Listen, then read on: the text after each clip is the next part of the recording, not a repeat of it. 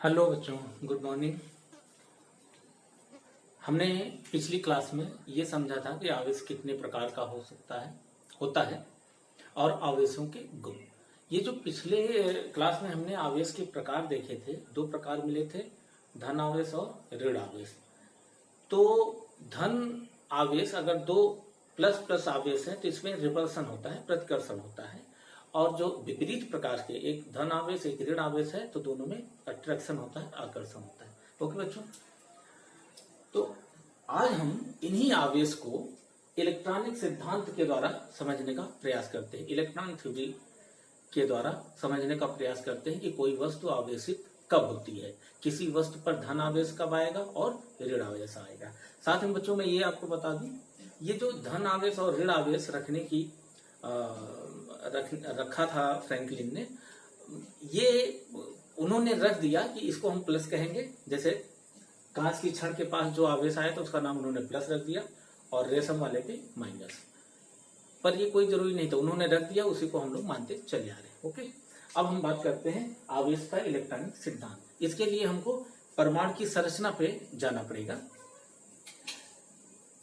किसी परमाणु में 3 पार्टिकल होते हैं, इलेक्ट्रॉन, प्रोटॉन, न्यूट्रॉन, जो हम लोग ज्यादा स्टडी करते हैं। तो वो रहते कैसे हैं, ये देखिए एक परमाणु है, इस परमाणु में एक नाभिक है, नाभिक में न्यूट्रॉन और प्रोटॉन रहते हैं। इसके बाहर इलेक्ट्रॉन वृत्ताकार कक्षाओं में मूव करते रहते हैं, घूमते रहते हैं। अब होता क्या है कि जितने यहां पे प्रोटॉन रहते हैं उतने इलेक्ट्रॉन रहते हैं, अर्थात P = E। जितने नाभिक में प्रोटॉन रहते हैं उतने नाभिक के बाहर इलेक्ट्रॉन रहते हैं। प्रोटॉन स्थिर रहता है और इलेक्ट्रॉन घूमता रहता है चारों तरफ, नाभिक के चारों तरफ। इस इलेक्ट्रॉन पर ऋण आवेश होता है, ऋण आवेश, और इस पे धन आवेश। ठीक है बच्चों, अब क्योंकि दोनों की संख्या और न्यूट्रॉन पे कोई आवेश नहीं होता है, कोई चार्ज ही नहीं होता है न्यूट्रॉन पे, उदासीन होता है, न्यूट्रल होता है, तो प्रोटॉन और इलेक्ट्रॉनों की संख्या बराबर होती है। दोनों पर आवेश के जो मान है 1.6 × 10⁻19 होता है और इस पे ऋण 1.6 × 10⁻19। तो आप देखिए एक इलेक्ट्रॉन पर आवेश माइनस के साथ इतना होता है और प्रोटॉन पर प्लस के साथ इतना ही होता है, प्लस और माइनस। इसका मतलब है अगर एक इलेक्ट्रॉन यहाँ है, एक प्रोटॉन यहाँ है, तो दोनों आवेश मिलकर एक दूसरे को खत्म कर देते हैं, अर्थात परमाणु पर कोई भी चार्ज नहीं रहता है, परमाणु उदासीन है। और हर एक परमाणु ऐसे ही देखा जाता है कि परमाणु उदासीन होता है, क्योंकि जितने इलेक्ट्रॉन रहते हैं उतने ही प्रोटॉन, अर्थात जितने ऋण आवेश उतने धन आवेश। ठीक है, अब क्या होता है कि ये जो इलेक्ट्रॉन बाहर घूम रहे हैं ये किसी दूसरे पदार्थ पर जा सकते हैं। अगर किसी कारणवश चाहे उसको हम रब करें एक दूसरी वस्तु पर, या और भी कारण हो सकते हैं, किसी कारणवश अगर यहाँ का इलेक्ट्रॉन निकल के चला गया, यहाँ का इलेक्ट्रॉन निकल के चला गया, तो ऋण आवेश कम हो गया और धन आवेश ज्यादा। इसमें धन आवेश ज्यादा है क्योंकि पहले जितना था उतना ही पड़ा रहेगा, जबकि ऋण आवेश यहाँ से चला गया, तो इसका मतलब ये वाला परमाणु क्या हो गया, धन आवेशित। ठीक है, इसी प्रकार ये वाला इलेक्ट्रॉन जिस परमाणु पर गया होगा, जहां पे गया होगा वहां ऋण आवेश की अधिकता हो गई, तो वो वाला परमाणु क्या हो गया, ऋण आवेशित। तो इस प्रकार से कोई भी वस्तु धन आवेशित कब होती है और ऋण आवेशित कब होती है, आप इसके माध्यम से समझ सकते हो। धन आवेशित होने का मतलब है इलेक्ट्रॉनों की कमी, इलेक्ट्रॉन वहां से चले गए हैं, और ऋण आवेशित होने का मतलब है इलेक्ट्रॉनों की अधिकता। याद रखिएगा बच्चों,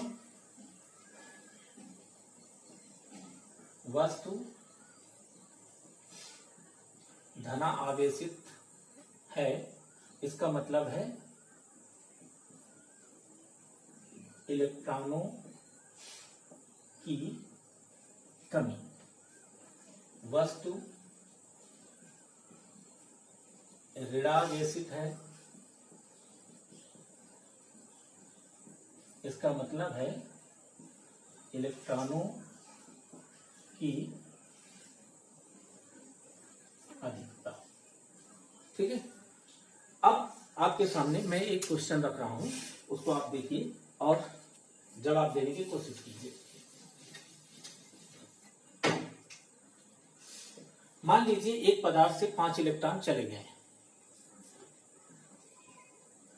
यदि एक वस्तु से 5 इलेक्ट्रॉन, 5 नहीं मान लेते हैं 8 इलेक्ट्रॉन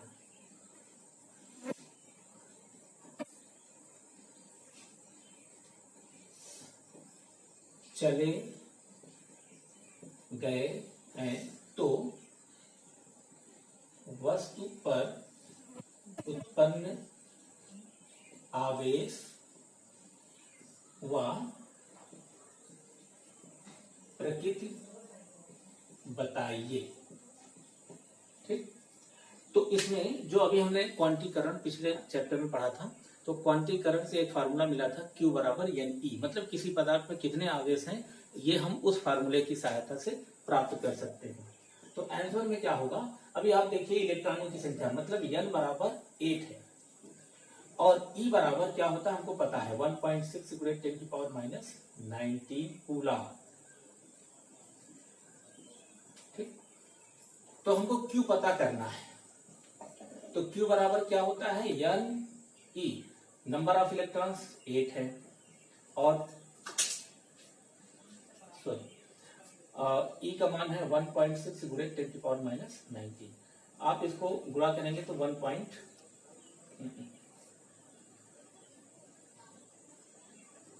इतना आएगा, 8 4 8 6 48 इतना 1 इतना। ठीक है, तो उस पदार्थ पर जहां से 8 इलेक्ट्रॉन निकल गए हैं इतने आवेश होंगे, और चूंकि इलेक्ट्रॉन निकल गए हैं मतलब इलेक्ट्रॉनों की कमी हो गई है, इसलिए वस्तु पर कैसा आवेश होगा, धन आवेश, तथा प्रकृति धन आवेश।